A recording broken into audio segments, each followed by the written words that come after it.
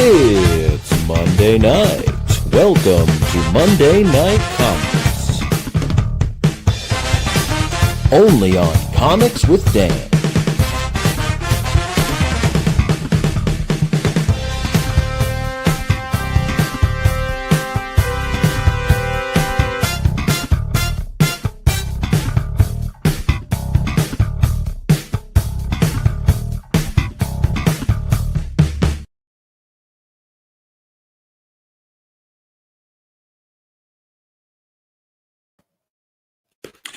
Welcome to Comics with Dan, Monday Night Comics. Hope they have a good show for everyone tonight. Joining me is Ben Lacey from Hello. bitingcomics.com. Hey, Ben, how's it going? It's going well. Thank you. Good. Yeah, so, absolutely. Ben has an upcoming Kickstarter for the second issue of a book that he has written called Samson, and you might have seen the cover of the first issue in the intro there. But so Ben, why don't you tell the viewers a little bit about what Samson's about? Samson's a superhero story, but it's based on some real life events. It involves two twin brothers during World War II, who are from what was then Poland, probably now part of the Ukraine, who were taken to Auschwitz as children. Their parents were, killed by the Nazis, and as some twins were, they are subject to being experimented on. Of course, this is a superhero comic book, and instead of being experimented on the way children were in reality, they are part of a test to try and create a super soldier.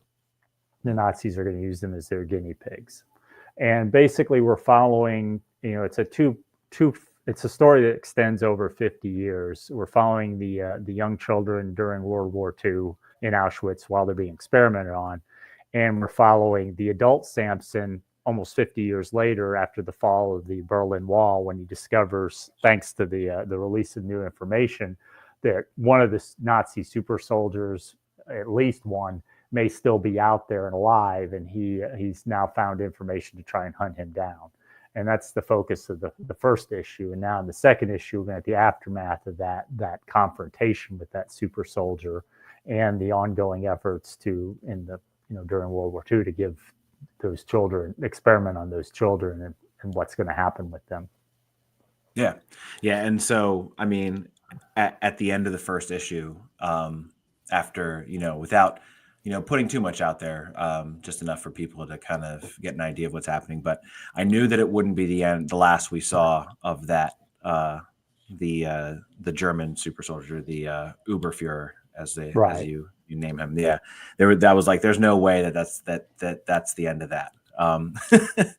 I always love whenever comics are able to do that, where you get a sense of kind of not closure, but you get a sort of a satisfactory story in one issue, but that there's going to be more to come later. I think that was just so well executed. Oh, thank you. I appreciate that. Yeah, absolutely.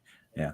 I mean, I think that, to take on a story like this, to take on a topic like this, it has to be something close to you. It has to be, done with such a delicacy, with, it's a very brave topic to tackle, is I guess what I want to say. You can look at something that's so serious as, what happened at Auschwitz, and there's always a possibility of, people taking it the wrong way, people looking at it looking at it as poking fun or making light. But right. I think you navigated that so well. I think it's such a great combination of, it's still a superhero comic it at its core, but it doesn't at all make light of what happened, and it takes it very seriously. How did you navigate that very thin line between remaining respectful and getting entertaining value in your book? Well, I think one part of it, is I try to do my homework on some of that. I mean, the two Nazi scientists are based on real people. Issue 1, the digital edition, has a feature in the back of it, telling you the true story of those individuals and what happened to them, and gives you pictures, and you can see how they compare to the characters in the comic book. The other thing is, I think it's, when I first came up with the idea 30 years ago, it's been almost 30 years now. I had a lot of concerns. Will people think it's taking light of it? But now I think as we're further and further away from that era. The only remembrances are going to be documentaries or fictional stories that invoke that era, to tell people what happened. And a lot of people are not going to watch documentaries.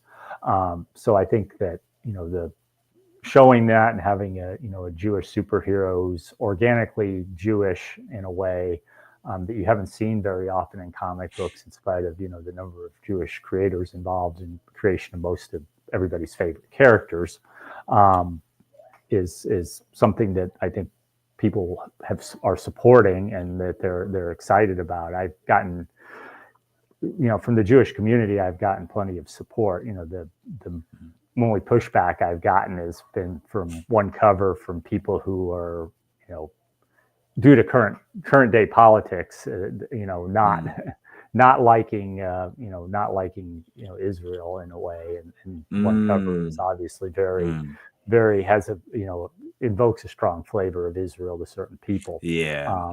So that's the only time I've ever gotten any pushback on that. So the people that are actually concerned with the history of the Holocaust, stuff like that, I think have been very, very interested in it, and and sympathetic to the idea. Yeah. And I apologize because I forget which artist it was that did the you had commissioned, or you were going to commission, a cover from a Jewish artist, I believe, and you ended up going with an existing piece. Right. I'm drawing a blank on the name. Yeah. Yeah. Shiner. Her last name's Shiner. I'm drawing a blank on the rest of her first name as well. But she's a well-known painter, and she specializes in Holocaust art, and so basically she does those kind of oil paintings. And one of her paintings was of two young children behind barbed wire at Auschwitz. And I basically went to her and I said, hey, can I license this as a cover for my for this comic book, and I'll pay you. And she said, yeah, okay, yeah, that's the cover. And and I definitely want to credit her correctly. Toby Goetzman Schneier is the artist, and her parents both survived Auschwitz, so that's kind of how she got into the this interest, and all her artwork reflects some of this the Holocaust for the most part. I mean, she does some other stuff, but it's very focused on that era and that theme. Yeah. And I mean, I was amazed when I saw this cover, because I didn't see it until after I'd read the issue. I'm like, oh my goodness, like it so perfectly fits the story. It's almost like I if you hadn't put that bit of context in there, I don't know that I would have realized that it was not directly related to the issue itself. It was just I was looking through her artwork, because somebody on Facebook said I was interested in a Jewish artist for a cover, and somebody suggested her. I looked at her work, and I was like, there's no way I can afford to actually pay for an original commission. So I started looking through her work, and I saw that, and I was like, wow, that's perfect. In terms of the the story. No, and I really like all the covers, honestly. I mean, like the Alex Ross. That's the one that inspired some people. Some people being upset. Less, who are due to current day politics. Some people didn't like, but they weren't going to buy the comic book anyway. So I was fine with that. And I mean, it's just like, if they're getting upset about it, it's like they obviously don't realize what the book's actually about. Like, because I mean, I don't know, but Yeah, and the artist who did that cover is doing he's doing the art for all of this book. So he's the interior artist and nice. So okay.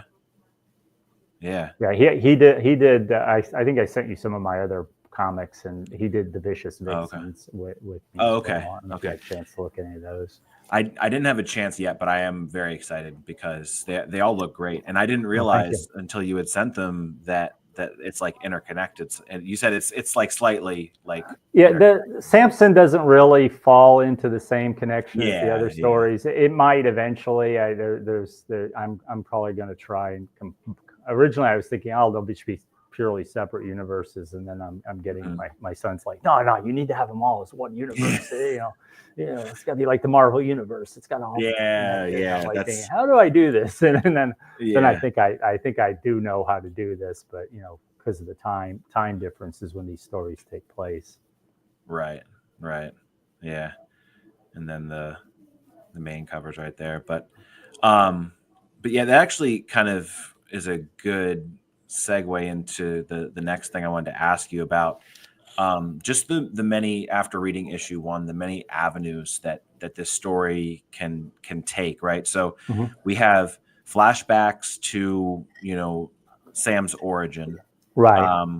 And so you kind of get, or like I get the feeling that we're not done exploring his origin, right? Oh, no, the story, the next number of issues are going to go through his time in during World War II. Right. Obviously the next issue kind of ended on a cliffhanger for the younger version. We're going to find out what happened there. But we're going to find out his life through the past 50 years of story. While in the meantime, the more present, actually it's not long after the fall of the Berlin Wall. The more present, he's taking the Uberfuhrer that he's captured back to Israel for trial, and he's got to deal not only with the reality that he's going to learn that this is not the only problem.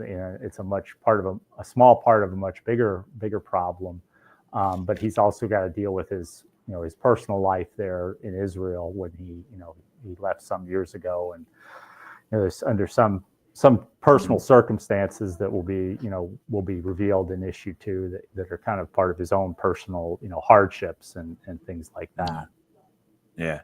No, and I mean it also seems like I mean, so as you mentioned before, like he's one of he's a twin, and so he and his twin brother, I'm very interested to see what happens with his brother. And you're going to find that out too in the next issue, and it's probably not going to be what people expect, but I think it'll take the story in an interesting place. Yeah, absolutely. And so, like, I guess what are your just like kind of overarching plans? Like, obviously, I don't want you to go and spoil anything, but like, do you have like a set beginning, middle, end for Sam in your mind, or are you like, I just want to keep writing stories until I can't think of stories for him anymore? Well, if it does well enough, I would say I'd say the latter. I'll keep doing stories along this. I do along this line for indefinitely, but I do kind of have a full story arc for the character, as it involves this storyline, which is the discovery that the Nazi super soldier program is not only been restarted, but now it's going to be more successful than ever, and he's got a lot, a much more bigger problem than he ever had to deal with before, and it's going to deal with some of his personal life issues and all the things that have happened to him in 50 years. We're going to find out his life between World War II, when he was a child, and how he became a superhero, which wasn't totally his intent, and a super soldier, and how he wound up then going to the U.S. and having some disillusionment issues, and you'll kind of get all that over the course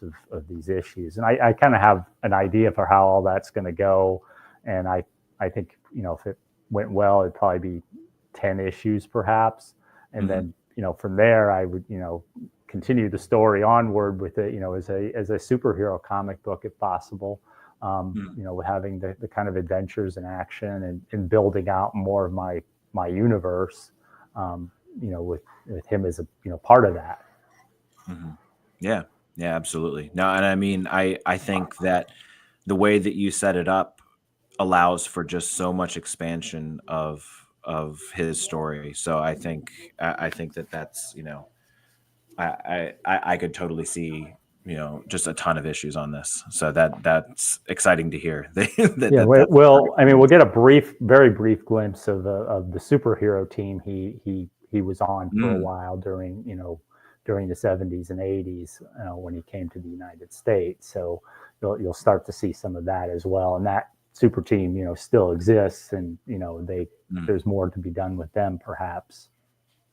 Yeah, I mean, that seems awesome. Yeah, I mean, that's there's, because to your point, like, I mean, he appears to be, I mean, in the current day, quote unquote current day story takes place in 1990, right. So he appears to be like in his 20s or like 30 maybe at the most. Yeah, he has an extended lifespan, exactly, and that's, and there's some guilt on his part for that, because he realizes, all these other people died and he basically got, superpowers. But you're gonna see in the next issue some of the cost of that to him as well, and some of the significant downsides that's caused in his life. So yeah, I really, one of the things we talked about being sensitive to the issue, and one of the things I thought about a lot was, here's a guy, you don't want to have a guy who's, gone through the Holocaust and it's all aces for him, right. Exactly. That's not the point of it. It's suffering and, and horror for many people, and the end for many people. And, even the survivors, were scarred for life by these events. And so you want to make sure you're bringing that forward. But at the same time, he's a superhero. I didn't want him to be an old man in 1990. And he's got super strength. So yeah, he does have an extended lifespan. We'll see. And from that, how and he's supposed to look like he's in his 30s.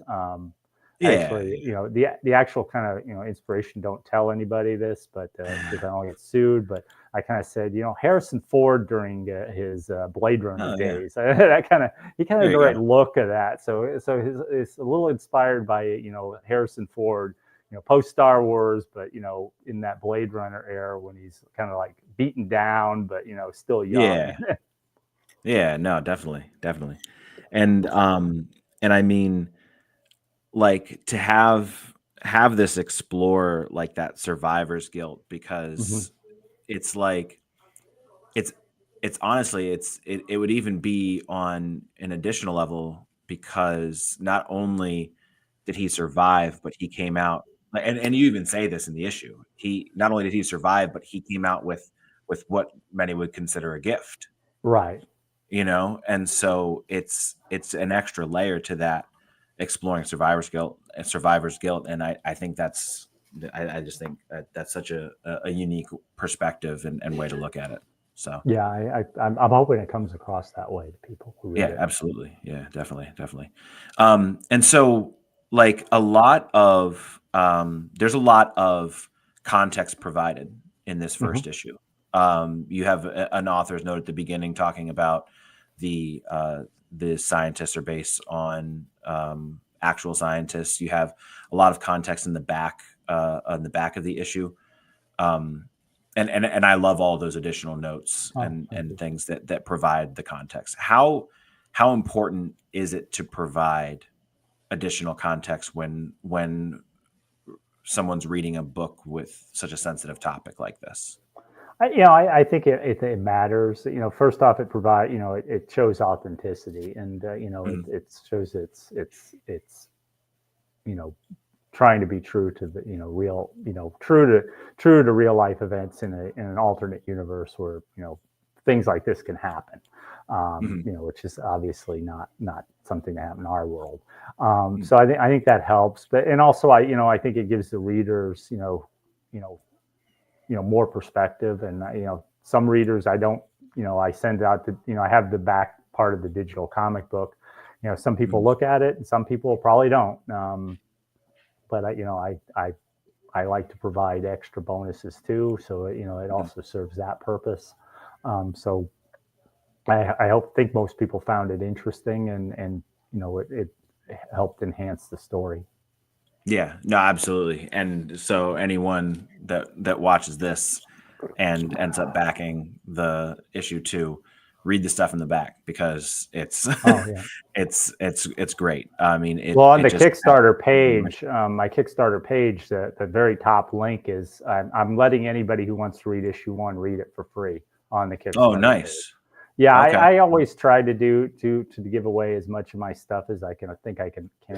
And I think for this book, it's to get new backers in, it's important that they get to read issue 1 and see if they're interested in it.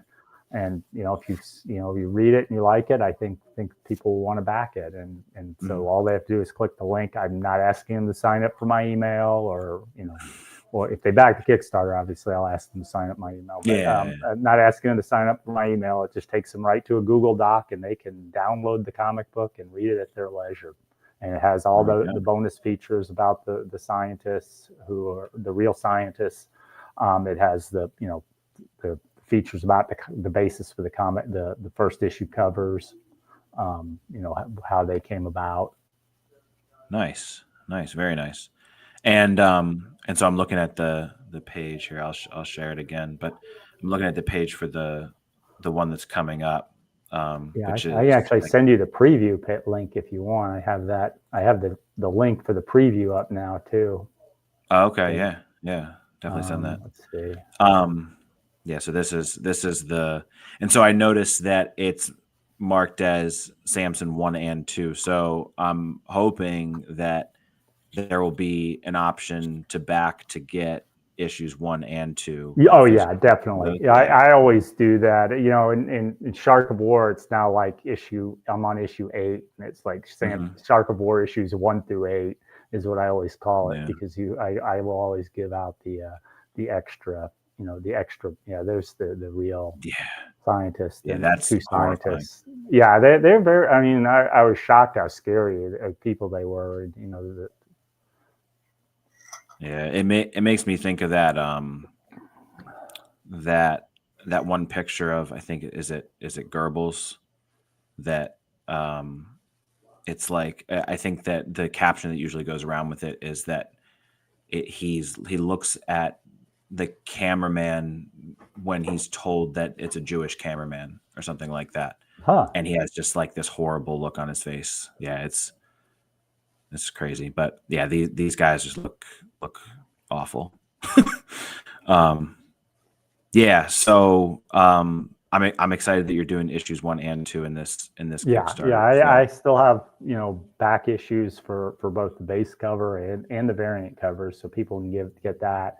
And as a bonus this time, I've made an 8x11 print of that Superman Alex Ross cover. So everybody who backs early will get a copy of that print.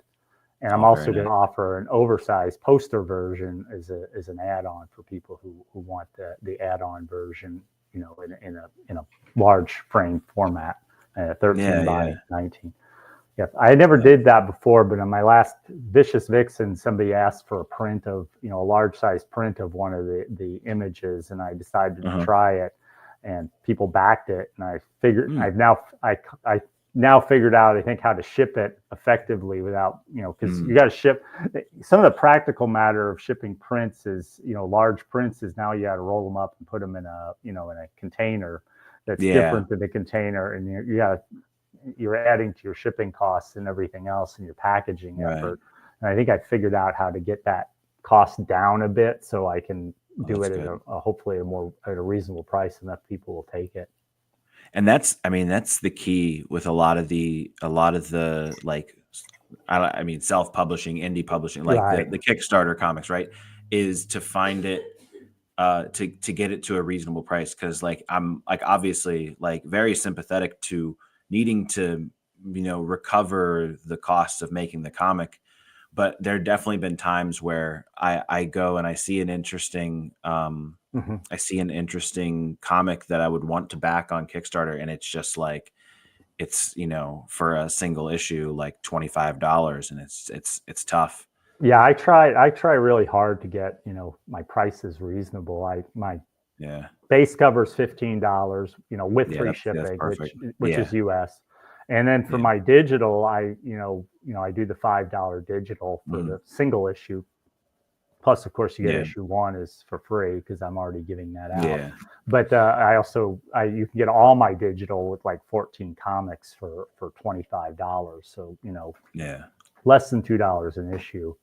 And then I have a tier, you know, obviously I can't go cheap on, you know, a single issue, but I've got a tier where if you buy all my comic books, you know, you're getting them at a pretty good price. I mean, for an indie comic book, I think I've got like a hardcover for the first 5 issues of Shark of War, and then 8 or 9 other comic books, you know, included, and I think it comes out to $75 for all of that with free shipping. Yeah, I mean that is good especially for indie books. And so and the cheaper digital comic versus the higher price physical comic I just always think is the best way to go.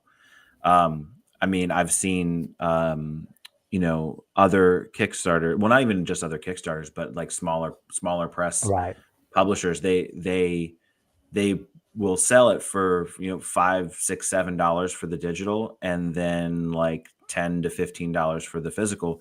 It lets you, you know, kind of, I want to say try it out, but like see if it's for you. That way, you know, like I'd rather buy, you know, digital of issue 1, or like in your case, you're just letting people read issue 1, and you like it, then you know you want to buy issue 2 physical. You know, I mean, I really, you know, I really try to push the physical, you know, even though, you know, digital, you know, it's basically only, you know, no print overhead, shipping overhead in a lot of ways, but I do try to make the physical as cheap as possible too, because I you know, I'm older, you know, I prefer hard copy books. I also, you know, I'm of the belief, and, you know, I could be wrong, that people, you know, when they buy a hard copy book, they're more likely to actually read it.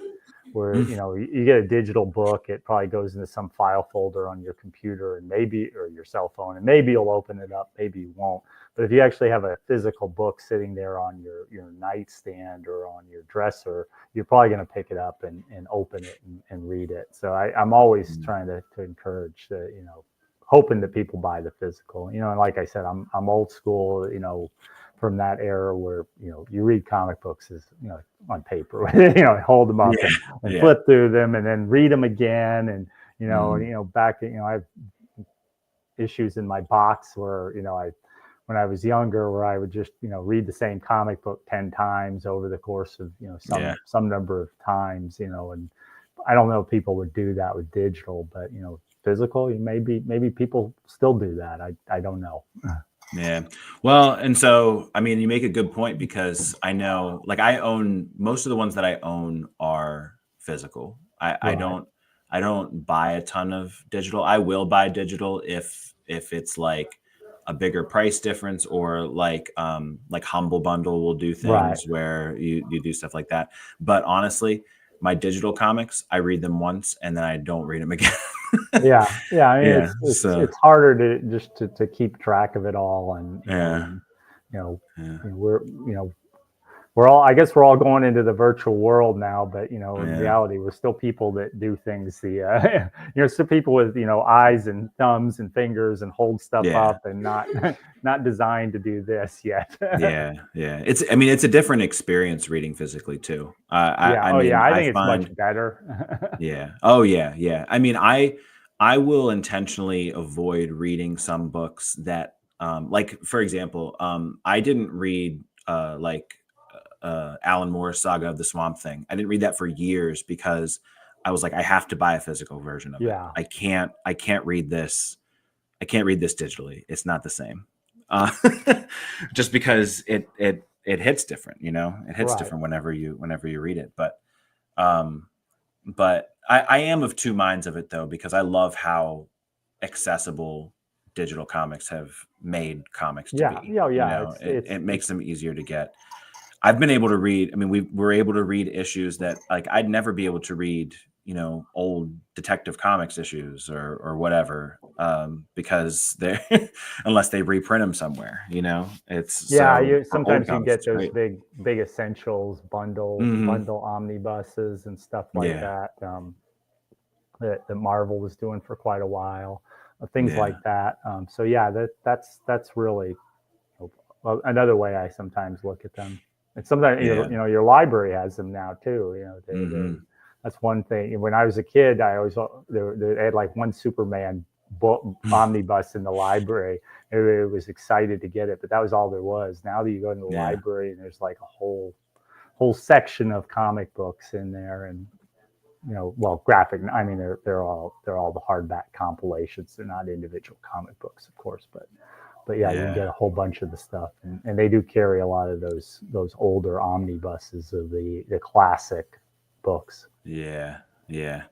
No, and I mean, I do try to get a lot of stuff from the library, but we got some comments here from some viewers. So Comics Odyssey is saying that dump collection and go digital, can't afford storage for the physical. I mean, that's fair. That's true. I understand. I've been struggling to start storing mine. I mean, I've grown my collection quite a bit since I started reading, and it gets to be quite a hassle. I mean, for a while I was selling them at yard sale, my excess at yard sales, or or taking them to the comic shop and selling them for store credit and things like that. So there is alternatives to keep your size down if you're willing to part with stuff. Some people are like, I can't let go with my collection. I've got a complete run of this one comic book, but and Matt's a regular, so he's just saying hello. So how's it going, Matt? But yeah, I mean, I try to do a good job of trimming my collection down when I can. Just like sometimes I'll pick up books or I'll buy them just because they're cheap and I want to read them, and then they're fine, but I don't really feel like I need to have them in my collection, that sort of thing. And so I'll try to, I mean, honestly, at a certain point, I'd rather, I'll just give them back to my comic shop. I traded in 20 books for like $5 recently at my comic shop. And I'm like, it's fine. I'm not trying to make money here. I just want other people to enjoy them. So, but yeah. So, one other thing I wanted to ask, because we were talking about some of the details of being an indie comic creator. So, and the last time, I had an indie creator on, we talked a little bit about the just the costs of printing and the tariffs and how that's impacting things. Are you starting to see any of that yet, or not really? I think if you're printing something in China, and I printed my hardcover in China for Shark of War, I think that might be affected. But I think some Canadian creators mentioned that if they're shipping their stuff to the United States now, they're being inspected because they're supposed to have like a made in Canada label on them or something like that. So they were having some issues. But no, I mean, I print with U.S. printers for my floppy books. The prices are pretty much the same still. Maybe at some point they'll wind up going up. But otherwise, I haven't seen an issue with tariffs yet for that. Yeah. And I don't know that I expect to really, but like I said, I think if you're doing a print run with China, I think you're gonna be hit. But I only do that with hardcovers. You'd have to be pretty. You have to do a pretty big print run to make it worthwhile to do a floppy cover in some out of country. Yeah, I think what I and I'm trying to remember which creator it was that I talked with this about, but we talked about how DC and Marvel often print with Canadian printers, right? And so he expressed the difficulty with not with necessarily prices, but how if DC and Marvel end up shifting to US printers, you know, how does that leave the printer's availability to print indie comics? You know? And I don't know. I would think that we would have seen that already if it was going to become an issue. And if you're saying, you know, that you're not seeing that, then I mean, my printer was, you know, at least so far they were very quick, so they're not getting more business from. I don't know that they actually did. I think most of their focus is more on indie books, so I don't think they're like suddenly getting odd orders that were going to China anyway. So I don't think it's affected them too much. So I think a lot of it is, you know, I don't want to minimize people's concerns, but a lot of it's, you know, storm and drag over what's going on, you know, uncertainty that creates concern. Whether there's, I don't think there's yet a real issue. We'll see if there becomes one, and you know, maybe there will be. But yeah, and I mean, it's like, you know, people always get, you know, regardless of what the news is, people always kind of get overexcited about it. So, but I think really just like the biggest concern is that, I mean, you remember when comics weren't expensive, and now they're expensive. You know, it's not a cheap hobby.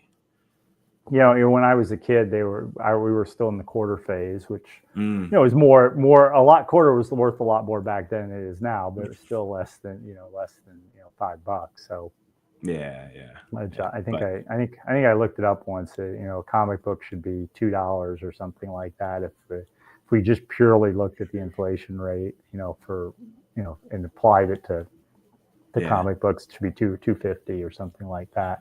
Yeah. Well, that's they recently canceled it, but DC used to put out Batman Scooby-Doo, like the crossover one, and I used to get that one for me and my kids to read. That's cool. For $2.99. Yeah, which is great, but that's I think the days. Sometimes all ages books they'll put out there more or less at a lower price, you know. So that's nice. Yeah, they print them. Sometimes they print them on the old newsprint too, if I remember right. But I don't know if they're still doing any of that. I know that I don't know if I've seen those ones on like the newsprint, but they'll do like the facsimiles on newsprint, which I always kind of like that. I was reading a facsimile of the first Justice League appearance to my boys just the other night, and it had that nice newsprint, so that was kind of cool. Yeah. But so are you reading anything new coming out lately, or not much? I mean, I was excited for Miracle Man to be coming back because that's something a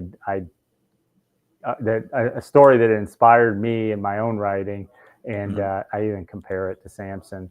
I was excited it came back, and then it stopped, and will probably never be finished now that Neil Gaiman has gotten himself in trouble. You know, and you know, I'm reading some of the books, you know, as I see them. But I'm not. There's nothing I'm specifically collecting right now. No. Usually, I'm backing, you know, different indie books from friends and things like that. Yeah. People I know, and then I check out some of the DC and Marvel stuff that's of more interest, like some of the absolute, you know, titles and things like that. Yeah. Those have definitely been interesting. And I'm gonna be honest, I've been finding more and more Kickstarters that I just like I have to pull the trigger on, you know? That's good. Yeah. No, I mean it's getting to the, I mean, people are just making so much cool stuff. And I think that if people are disappointed in the current state of comics, that they need to look outside of Big Two stuff, which I'm enjoying a lot of Big Two books myself, but I know plenty of people that are maybe a little, you know, I guess unhappy with the direction that things are being taken. Look at indie books, you know, I mean, there's there's something for everybody for sure. Right. So, but yeah, so I think that's kind of what I had for you. I saw you sent me the Yeah, this is the preview page, and let me also send you the link for the. I think you already showed the link for the the notification page. The page to sign up for notification. But yeah, this the preview page for the Kickstarter for issue 2. Shows the different covers, and I'm only doing 3 this time. Okay. Instead of 4. Okay. It's on the private chat, I think. Yeah. I'm just looking to see. So, do you? I can share just the regular link, or do you want me to share this preview page, or like in the chat, well, that way people can see it, or? I mean, if you want to share the preview to show people the covers or anything like that, but obviously the pre-launch page would be where they would sign up for notification on launch, and I hope to launch a week from tomorrow, so that would be the first day. A week from tomorrow. Okay, yeah. So the 20th. Yeah, and I think you had mentioned. So okay, so people watching, take note of that, so you can make sure. I'm gonna grab the pre-launch page to make sure that we drop that. Well, you know what? Whenever the replay, when people watch the replay, it'll be in. I'll put it in the description. That way, it'll stay there, because the comments here don't stay for when it gets uploaded to YouTube. So, okay. Well, hey man, I really appreciate you coming on. I love Samson #1. I'm really excited for #2.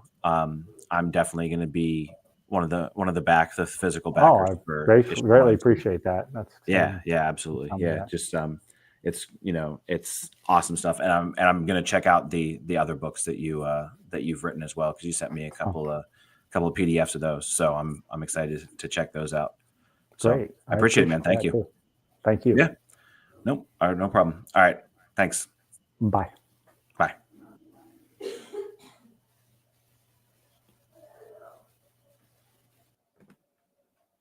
Okay, so thanks again to Ben for joining us. And we'll take just kind of the last little bit here and look at a few of the things that that I read and that are coming up this upcoming week.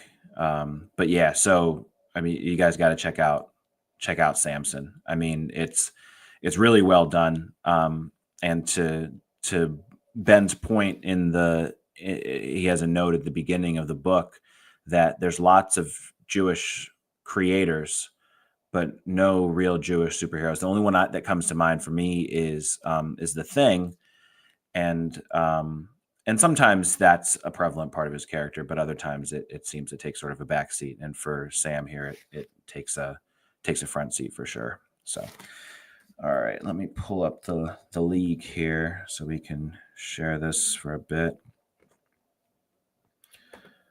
All right. And there we go.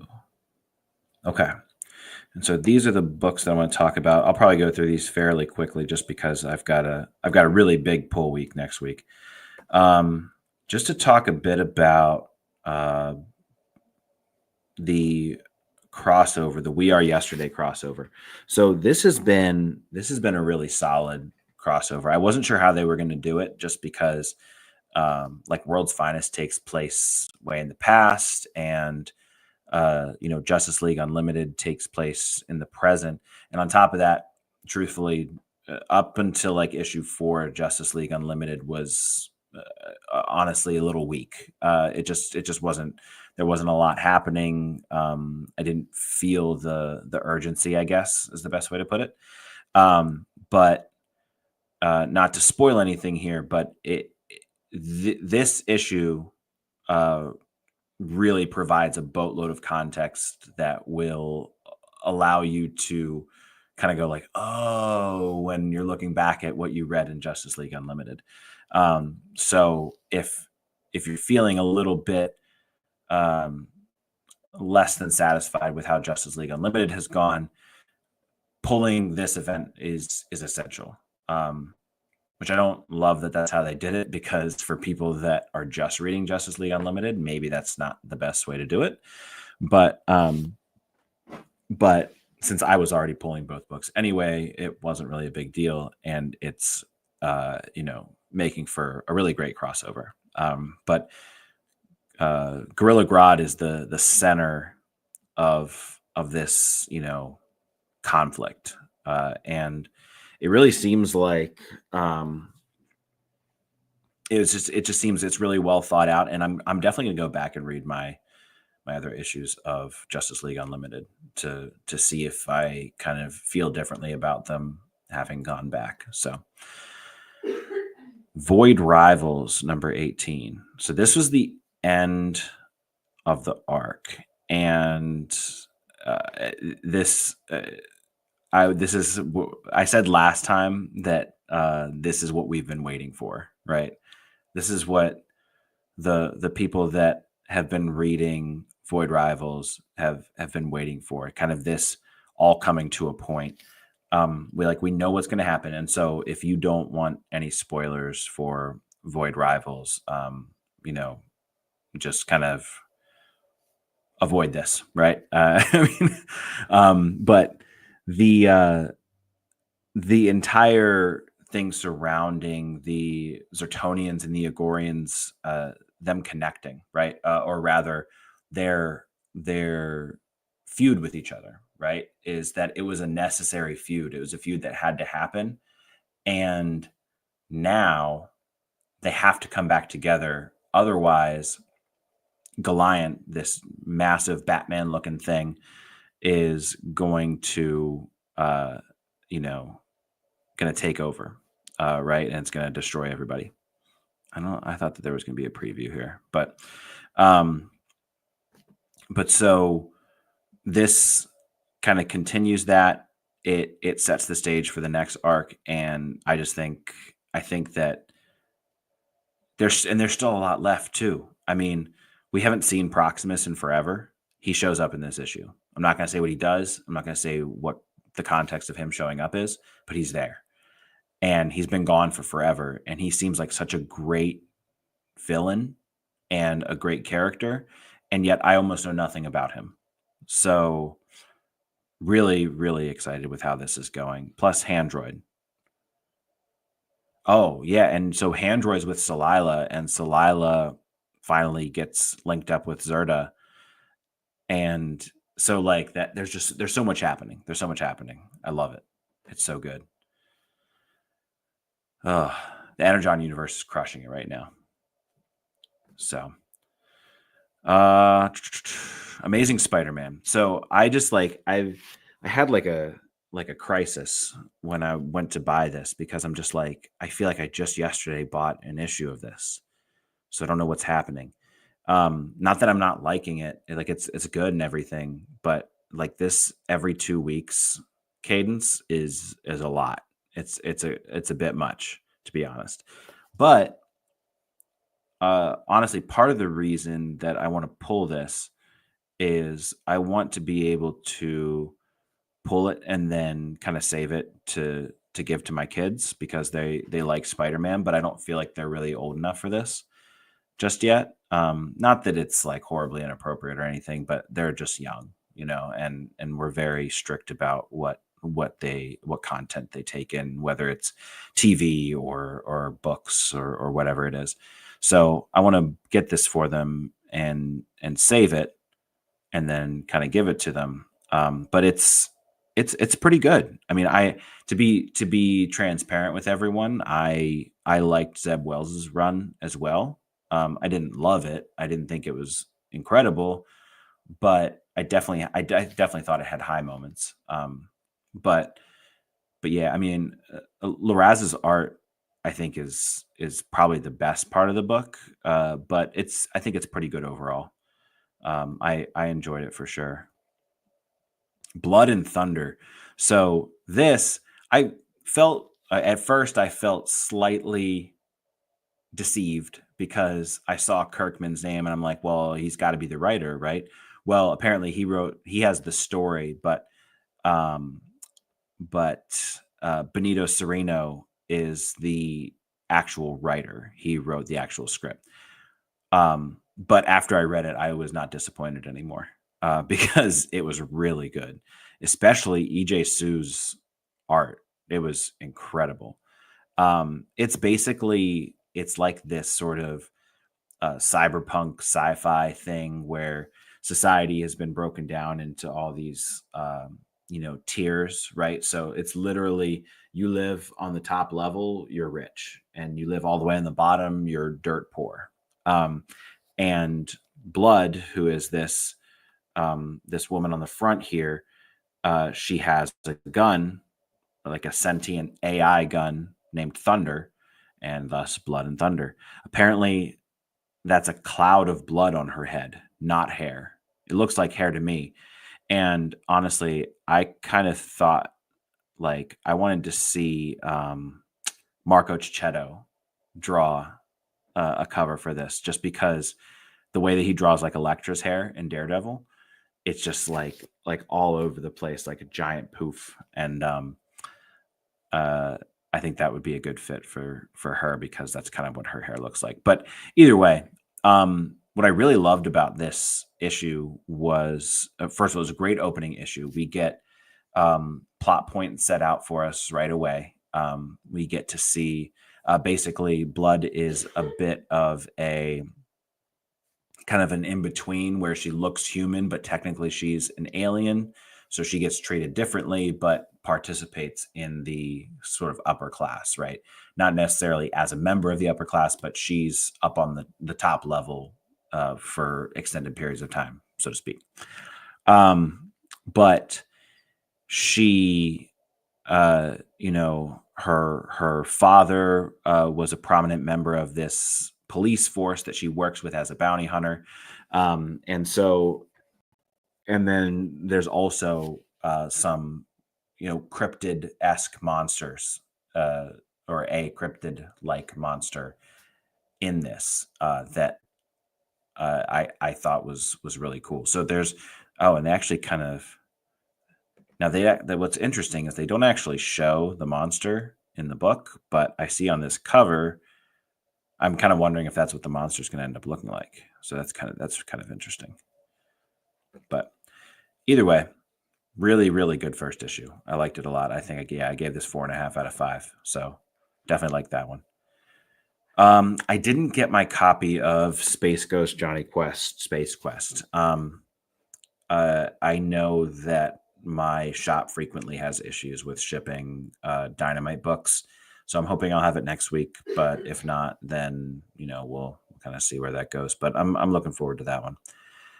And so I guess first what I'll talk about is the books coming up that I have read already.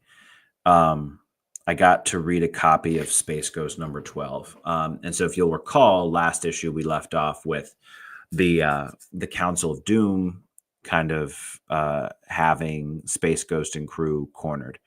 Well, the way that they find a way out of this is phenomenal. It's so well done. What's interesting is that, and actually, I don't even know if I'd say interesting, because it's to be expected, but this doesn't feel like the end. It for in a certain way wraps things up, but at the same time, there's so many things that are just wide open and meant to be wide open. It's very clear that they're meant to be wide open. And so I really like that, because obviously we're expecting a new Space Ghost series to come out, and we also have the annual, right? But I think David Pepose has done just such a good job with this series. He is taking this theme of like found family and just your loved ones being whoever's around you and whoever supports you and is with you, right? And so I think that's a positive message for sure. And especially with Space Ghost and the kids, right? And so I definitely like the relationship that he's crafted for them. but yeah, and I mean also like Jonathan Lau and Andrew Dalhouse and Taylor Esposito doing the art, just like so good. I mean, it's such a great. I mean, look, and we get all these great characters in here, and like Moltar is like I think unintentionally hilarious because the dude's just obsessed with fire. Like he, without spoiling too much, Moltar ruins everything. That could be the name of the story here is Moltar ruins everything. But yeah, I mean, really great conclusion. Looking forward to the annual, looking forward to the new number one. I think what I'm going to do is I'm going to start referring to Space Ghost Legacy numbering. So I'm going to call issue number one Legacy 13. Just because I'm a day one guy. I've been reading Space Ghost since day one. So now, Dick Tracy number 10. Conclusion of this arc. So good. I, for whatever reason, don't have a rating on this, and it might be because it hasn't been released yet. But I gave this 5 stars. It was such a great reveal, and the conclusion to the story was so well written. And I want to see if there's like a way I can get the preview on here. I thought that there were some preview pages that I could pull. You know what? I'm gonna see, and I'm hoping to do a video review of this before Wednesday if I can find the time. But if I look at, yes, so I'm just going to read some of the dialogue, and you'll hear this in the review when I do that. But we're enveloped by darkness, an emptiness that we can't seem to avoid, and it's spreading across this city like nothing I've ever seen. Even during the war, it still felt like there was a logic, a reason for the destruction, the death. But this is monstrous. A killer who knows no limits, who believes in nothing. This is the kind of darkness that's so thick nothing can cut through it. No light can lead you beyond it. The only way you can respond to this kind of evil, to this kind of primal hate, the only answer is to do something even darker. And I'm just like, dang, I got like chills reading that the first time. It's so good. I mean, Michael Morecci and Alex Segura, just incredible writing on this series. I'm hoping to they did a volume 1 like deluxe hardcover. I'm really hoping they will do a volume 2, and I'd like to get both of them because it's just been so good. Geraldo Borges, again, like he did No One, which is one of my favorite series of last year. And he's doing this, which is one of my favorite series of this year. So I'm thinking if I just follow Borges to every single book he does, that I'm going to love every single one because that's been the trend so far over the last couple of years. But yeah, Dick Tracy number 10. Absolutely looking forward to that one. Or I absolutely loved that one, rather. So now for the ones that are upcoming. So I have to say the absolute Mr. Freeze is a really interesting take on Mr. Freeze. For Scott Snyder to dip into his horror bag to pull this out is pretty great, and I like it a lot. But also it helps me feel like this Absolute Universe version is different enough. Not that Absolute Batman's similar, but he is more similar, I think, than, maybe Absolute Superman or Absolute Wonder Woman. But yeah, no, I mean, this is definitely, the last issue was a really good one. I liked it a lot. This is starting to back up a little bit again. I loved issue number 1. Yeah, Matt, let's talk about Dick Tracy. I'll always talk about Dick Tracy. Dick Tracy is honestly awesome. I was hoping it would be at least be somewhat good because I love the classic character, but I was never expecting it to be this good.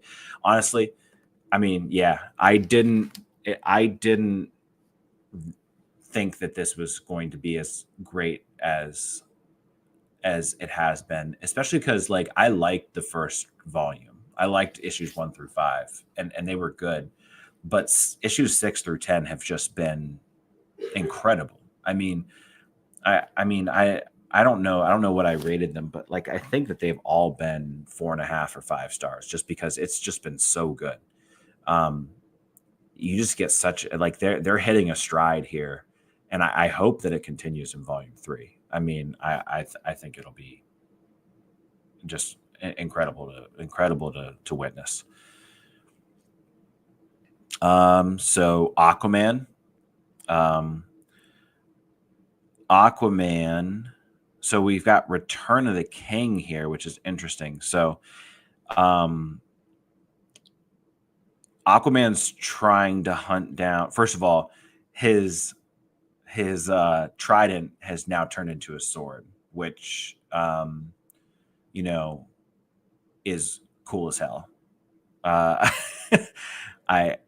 It's called what, the power of Thalassa, the Trilance Saber, which is very cool. The one thing that kind of bothers me a little bit though is that I was led to believe, especially after this cover for issue number 2, that this would be like Aquaman fighting like water themed.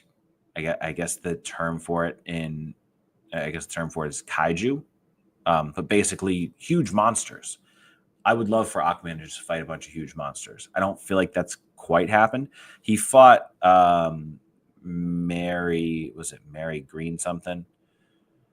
I can't remember what her name is, but Jenny Greenteeth?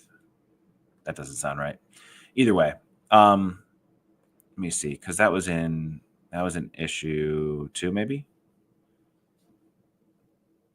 No, maybe issue 3. But so he's fighting different people, but I just want him to fight giant like water monsters and stuff. You know? Like that's what I want. I'm not sure who it was, but we got a Swamp Thing cameo. That's always cool. But I'm liking Aquaman. I've missed having Aquaman in the in the main universe. So I am enjoying this book quite a bit. I do think that a Aquaman leading a bunch of zombies from Lazarus Planet, written and drawn by Francis Manapul, is such a missed opportunity. But that's okay. Us Aquaman fans are still doing well with this run. Batman and Robin. If there's any writer that could make me like Damian Wayne, it would be Philip Kennedy Johnson, which I know some people will take issue with, because I think that there was something that he wrote where Damian Wayne had like a bomb strapped to him, which I can understand how that could be insensitive, but I genuinely don't think that it was meant to be, a direct commentary on that in particular. So I will say that I don't really care for Damian Wayne, but I'm really liking this book, and it's starting to make me like Damian Wayne a little bit more. This cover, I think, was like hidden before, but technically, I think the last issue was the end of an arc. But it looks like he's going to continue this story, which is great, because Memento feels like a pretty original, idea, and I like that a lot. And the art in this has been really good, by Javier Fernandez, just really good art. This has been a good series, although it does feel like it's been a little while since I've read the last issue of that. So, Miles Morales, Spider-Man.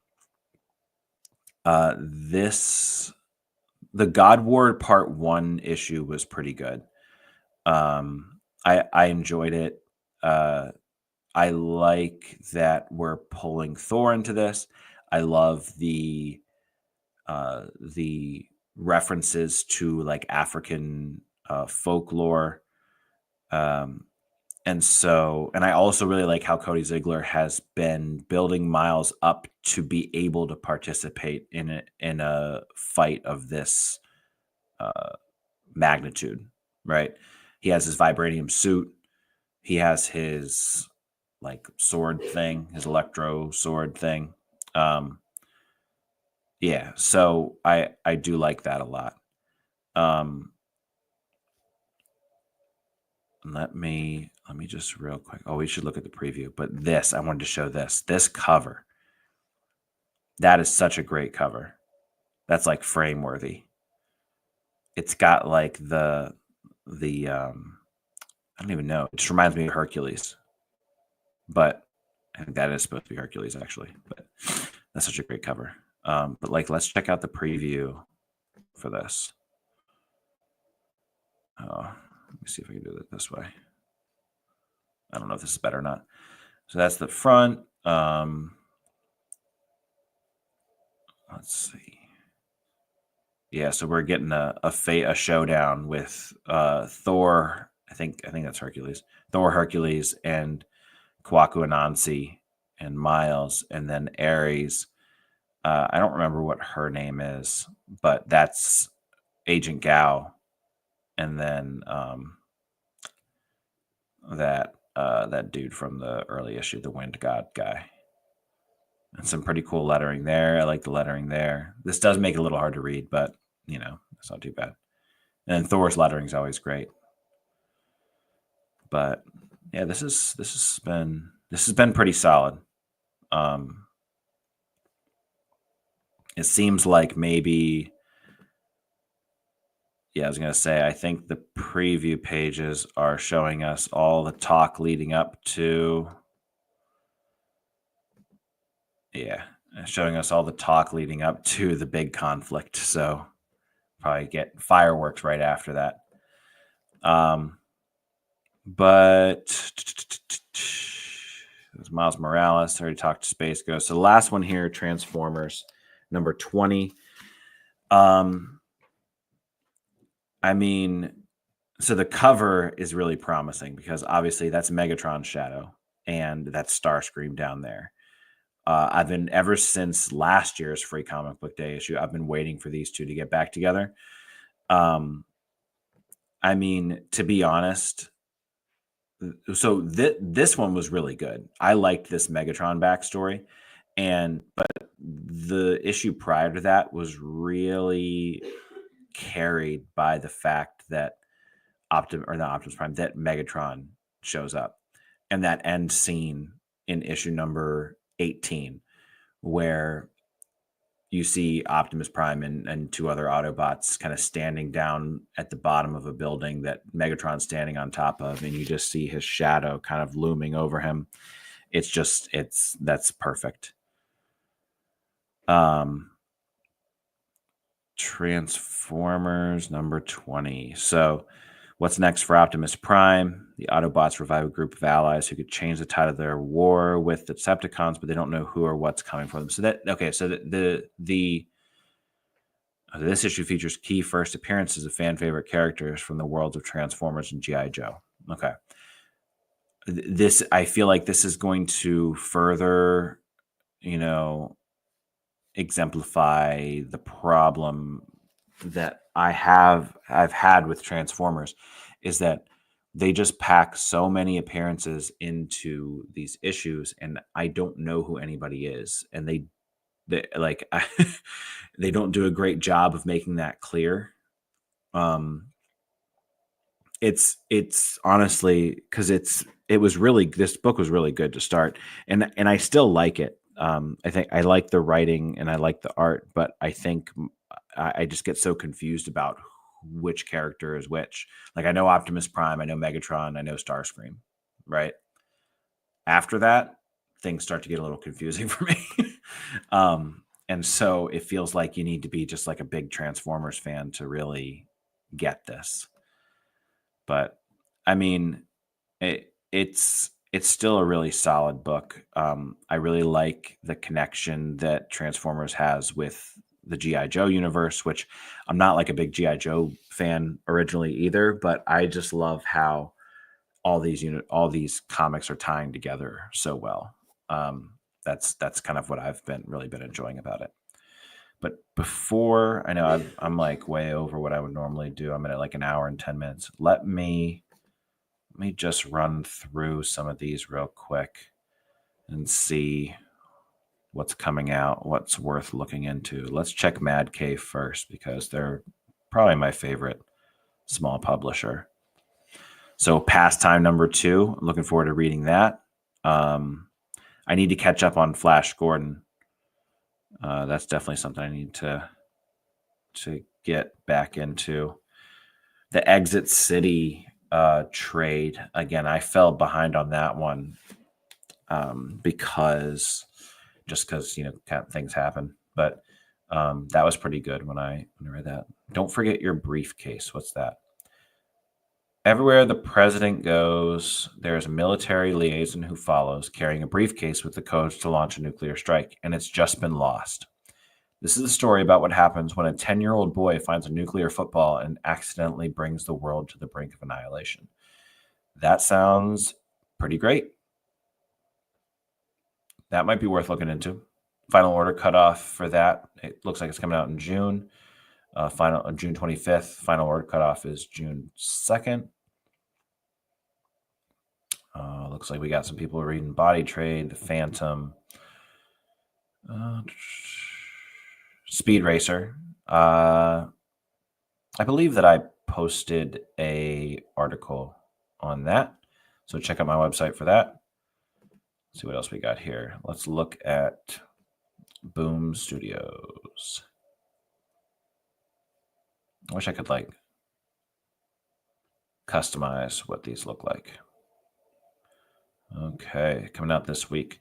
Mighty Morphin Power Rangers Recharge Deluxe Edition. The complete Mighty Morphin Power Rangers Recharge story. So what does this contain? Mighty Morphin Power Rangers 101 through 110 plus the Coinless and Hyperforce. That might be worth looking into. I don't think I read that. So Garfield trade paperback. Fantastic stuff. Recently announced The War. Oh, okay. The War. This is the I think this is probably going to be a one shot. Yeah. So collects parts 1 through 3 of The War, originally published in Hell of Darkness 1 through 3. I don't know if they're going to go with more issues of that, but it might just be that one. VR Troopers is happening, so that'll be cool. Let's see what Oni Press is putting out. Mine is a Long Lonesome Grave. Justin Jordan, Manhouse, Alessandro Santoro. The Blood-Soaked Appalachian Revenge epic from Eisner Award-nominated writer Justin Jordan, The Strange Town of Luther Strode, and Ringo Award-nominated artist Manhouse Morningstar, reaches its pulse-pounding apex. Apparently, maybe this isn't... maybe there's a prequel series to this. I don't know. But looks like that's not it. But so... Harley has found the sobering truth of the... Okay, so I'm definitely missing some context here. So I'm not sure what that is. And it looks like we've got a new EC book, Catacomb of Torment. Oh, gross. The critics are already saying this is literal torture and please make it stop. Pick up this fearful 40-page first issue, and the tormentor might just consider letting them go. That's pretty funny. I'm not sure what else. Let's see if Dynamite's got anything cooking. Never really read Silverhawks. Recently announced.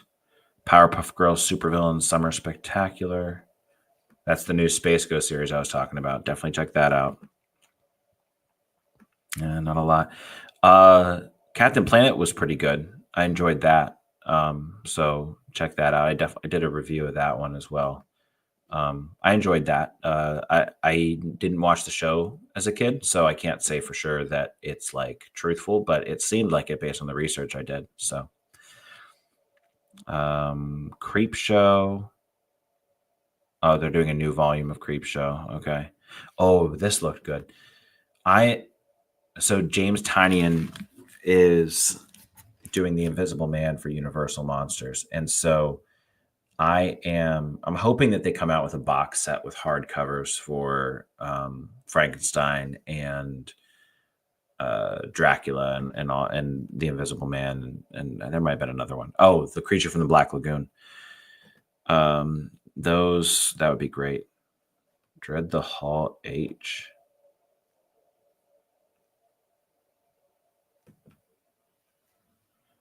It's comic convention. Dread the Hall H. It's comic convention season. What a better way to celebrate Comic Cons than this extra length anthology filled with con-related horror stories. Last year, they skewered all things Christmas on the pages of Dread the Halls, and now writers Chris Ryle and Jordan Hart alongside artists Nelson Daniel, Piotr Kowalski, Jimmy Kujak, and Kukaj, and Chris Anderson bring terrifying convention tales to life. That'll be cool. I'm going to see if I can get my hands on a review copy of that to check out. Releases in July. Nice.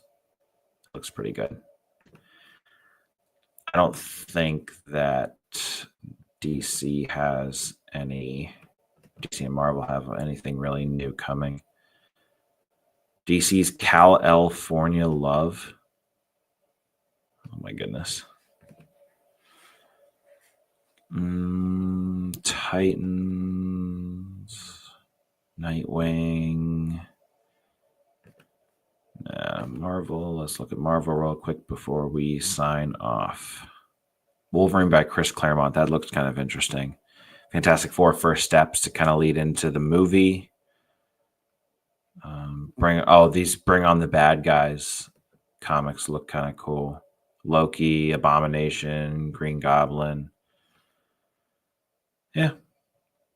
But it seems to be kind of where we're at here. But yeah. So I appreciate everyone taking the time to watch, to listen. Thanks again to Ben Lacey for coming on. Make sure that you check out Samson #1.